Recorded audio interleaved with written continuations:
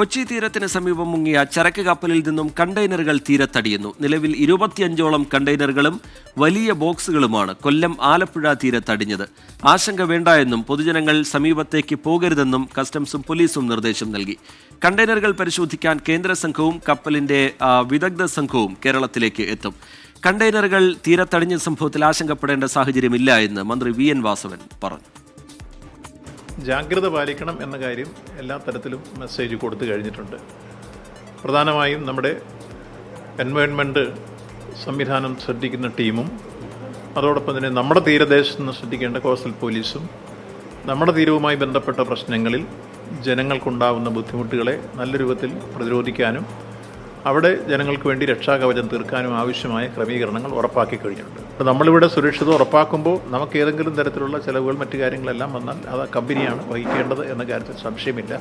പക്ഷേ എന്ന് വിചാരിച്ച് ജനങ്ങളുടെ സുരക്ഷിതത്തിൻ്റെ കാര്യത്തിൽ നമ്മുടെ സംസ്ഥാന ഗവൺമെൻറ് ജാഗ്രതയോടുകൂടി അത് ശ്രദ്ധിച്ച് കൈകാര്യം ചെയ്യാൻ ആവശ്യമായ ക്രമീകരണങ്ങളെല്ലാം ഉറപ്പാക്കി കഴിഞ്ഞിട്ടുണ്ട്. കണ്ടെയ്നർ അടിഞ്ഞ തീരപ്രദേശങ്ങളിൽ കസ്റ്റംസ് ഇതുവരെയും എത്തിയിട്ടില്ല എന്നും എന്താണെത്താൻ വൈകുന്നതിന്റെ കാരണമെന്ന് അറിയിച്ചിട്ടില്ല എന്നും മന്ത്രി പി പ്രസാദ് പറഞ്ഞു. കസ്റ്റംസ് എത്തിയാൽ മാത്രമേ ആശങ്ക പരിഹരിക്കാനും കണ്ടെയ്നർ നീക്കം ചെയ്യാനും സാധിക്കുകയുള്ളൂ എന്നും മന്ത്രി വ്യക്തമാക്കി.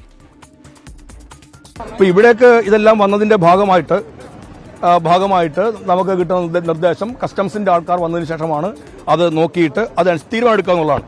കസ്റ്റംസുകാർ വൈകിട്ടുണ്ട് എന്നുള്ളതാണ് ജനങ്ങളും പറയുന്ന കാര്യം. രാവിലെ തന്നെ അറിയിച്ചതാണ് കസ്റ്റംസിന്റെ ആളുകളെയും. അവരുടെ ഭാഗത്ത് നിന്ന് അത് എന്താണ് സംഭവിച്ചെന്നുള്ള ഇപ്പോൾ ഞാൻ അതിനെക്കുറിച്ചൊരു വിലയിരുത്തൽ തയ്യാറാവുന്നില്ല. പിന്നീട് ആ കാര്യങ്ങൾ പരിശോധിച്ചതിന് ശേഷം തീർച്ചയായിട്ടും ഈ കാര്യത്തെക്കുറിച്ചുള്ള അഭിപ്രായങ്ങൾ പറയുന്നതായിരിക്കും.